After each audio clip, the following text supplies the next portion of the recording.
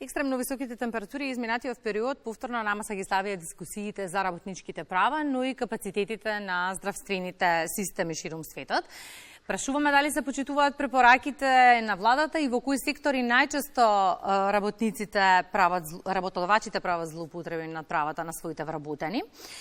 Оваа тема ја отвараме со господинот Милан Петковски од Македонското здружение за заштита при работа. Добро утро и добре ни дојдовте. Добро утро и добро ве најдов. Ајде сега така и да започнеме. Во кои сектори изминатиот период за работодавачите не постоеше терминот топло време, ниту заштита на работниците за време на топлотен бран? Чим ја почнуваме оваа тема, веројатно во сите, но? Да. На неколку пати се обидувам да го поентирам овој дел кој што не се повторува со години, а тоа е дека не учиме од минатото.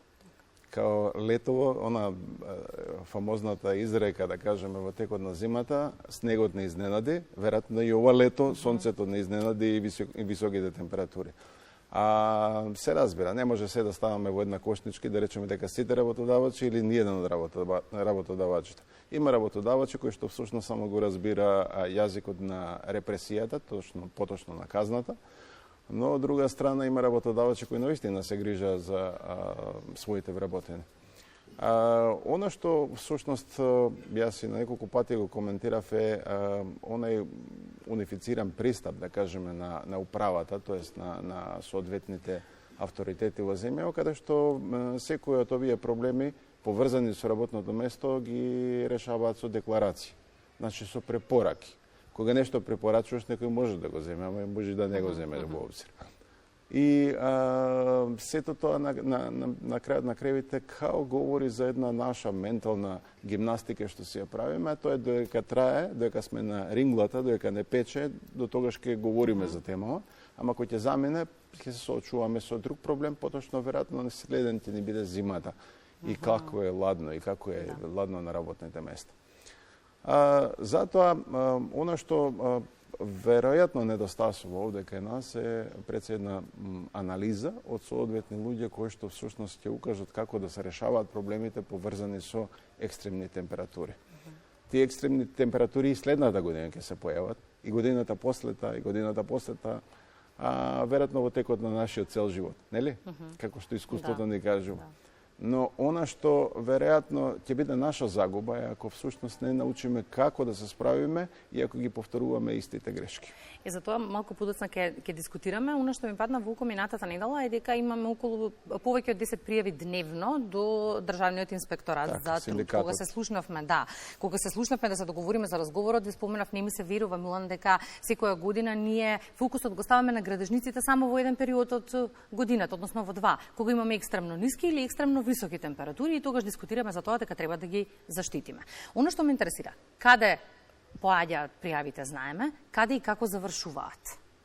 Веројатно најсоодветната адреса за тоа прашање е ДИТ, значи Државниот трудов инспекторат. Но што били искуството еве низ годиниве? Искуството го говори дека еден од тие работници кои исто така излагаат на екстремни температури се и инспекторите.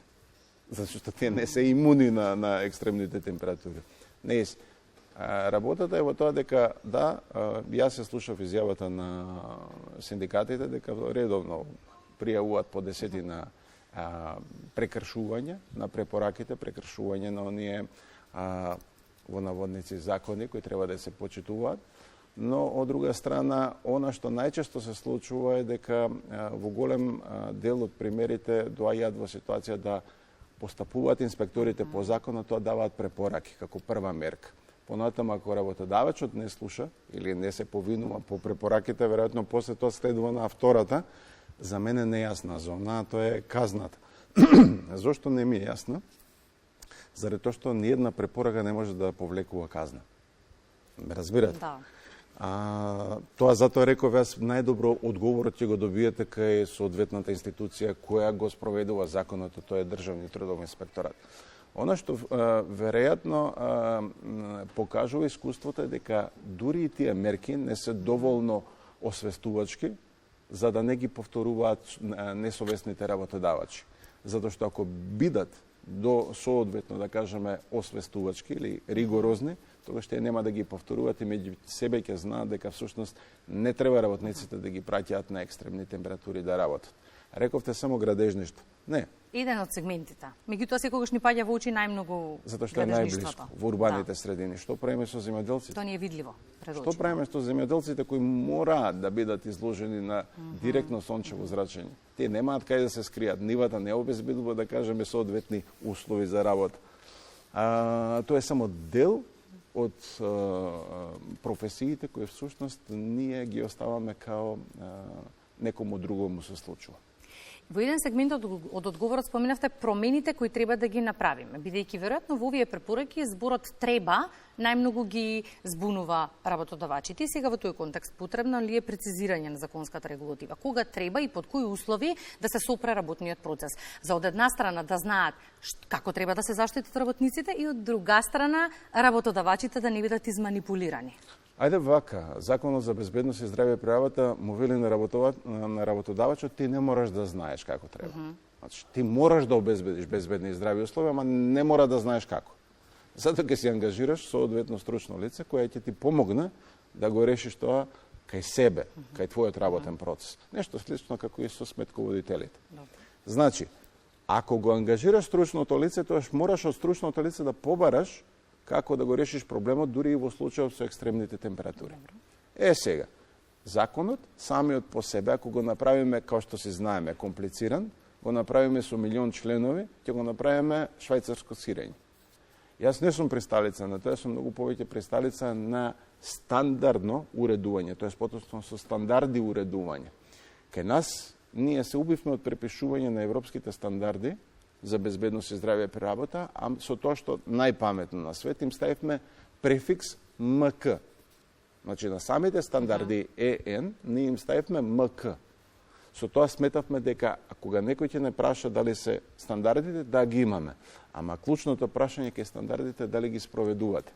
Тука во мноштво потврламе, во неколку мои иницијативи кога сум велел дека стандардите мора да се спроведуваат, одговорот кој сум го добивал назад, дури колку и да е тривијален било, знаеш ли колку ќе чини.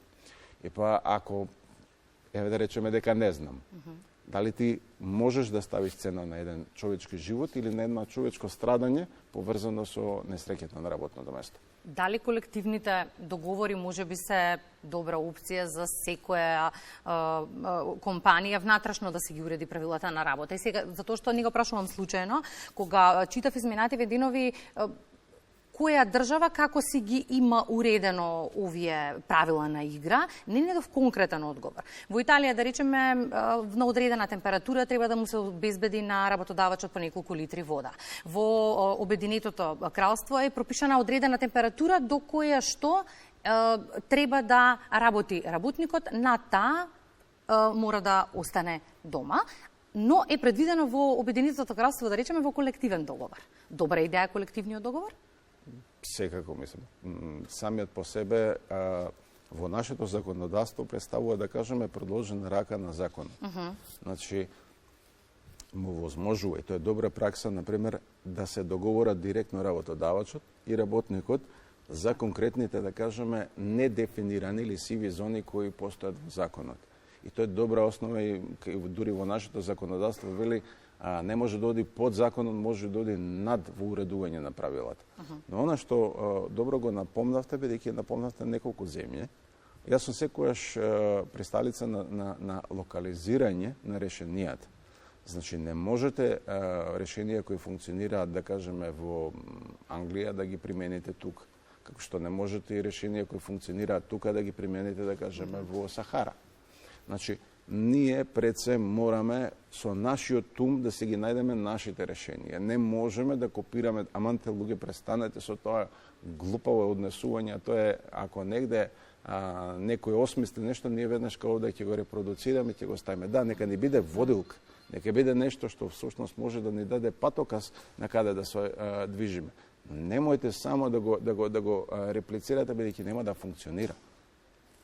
И ако функционира, да речеме, под услов да функционира на работното место, веројатно мал дел од работниците знаат дека треба да бидат заштитени и на патот до работа и од работа кон дома. Да, тоа е едно од оние бенефиции кои ги нуди, не е конкретно во Законот за безбедност и здравје при работа, него е делот за пензиско и здравствено осигурување, каде што во делот на повреда се третира и делот од и до самото работно место. Но во однос на проблематика, бидејќи би сакали да имаме конкретни препораки, сега да не биде само ние детектираме нешто и на крајот на крајите си го завршуваме муабетот, си одработивме. Сакам да им препорачам пред се на оние кои ги креираат политиките. А тоа е, нели, овие извршниви органи, како што се влада, министерство, државните, овие административци и така натаму. Немојте да бидете со восок во уши. Немојте да сметате дека ако ја одработите работата за работниците, тоа се оние 700.000 на кои сите се повикуваат, дека всушност нешто ќе погрешите. Не, вие само ќе направите подобро место, Македонија подобро место за живење. Ако имате задоволен работник, ќе имате, да кажеме, додадена вредност. Ако имате додадена вредност, ќе имате побогато општество. Тоа е сето врзано, врзани садови. За да бидат некои луѓе соодветни на соодветното место, мора да ја разбираат проблематиката. Не можете да разговарате, да кажеме, за Целзиусови, а некој разбира во Фаренхајт. Не можете да мерите во јоти, а некој да чита, да кажеме, во сантиметри. Значи, мора да го имате истиот закон кога носите соодветни решенија. Ги поттикнуваат ли овие промени работниците? Се борат ли за своите права? Тешко. Колку пријави имаме? Да речеме во овие 7 месеци од 2024? Не, видете, работниците полека се освестуваат од сонот во кој западна после промената на системот, од социјализам, така наречено, нели, работничко општество, во капитализам, така наречено општество кое трага по создавање на профит. Полека почнуваат и полека ги осознаваат своите права и своите, ајде да речем, во помала мера обврски. Но она што дефинитивно им треба е да разберат дека со своето здравје не може да прават компромиси. Не може да дојдат на работно место само заради тоа што некој му вели ако не ти одговара одеси, дека всушност треба да се подложи на доживотна болка или поточно болест која ќе го изморува, мачи до крајот на неговиот живот. Едноставно, кога ќе нешто не е во ред, ако гледате дека не е во ред, Законот за безбедност и здравје при работа вели кажи, а ако не се постапи, запри со работата. Сега, кога доаѓаме во нашиот случај, ке наши работници, веројатно и тоа е процес. Веројатно самиот начин на нашето уредување на нашата земја, каде што главни актери се политичарите, ние многу малку, ретко, ако не се ваши емисии, тоа што нема да зборуваме за проблематиката која е единствено, мислам дека треба да биде на прво место, а тоа е делот на трудот. Ако трудот не е, ако не создаваме додадени вредности, тогаш немаме и општество во кое треба или вреди да живееме. Ќе дискутираме, се надевам дека ќе правиме промени. Доколку со овој разговор доправме само до еден работник и денеска сме завршиле. Да, еве, ако не ви е добро, кој да камера кажете, колеги, гласно, да. Ако не ви е добро на работно место, јавете се на Државен трудов инспекторат, имате и веб страна, дојдете во ситуација, бидете гласни за своите права, но и од друга страна работодавачите, единствените кои можат да дојдат и да ви создадат додадена вредност, да се збогатите. Тоа се работниците. Токму така, благодарам за гостувањето, господин. Благодарам за можност.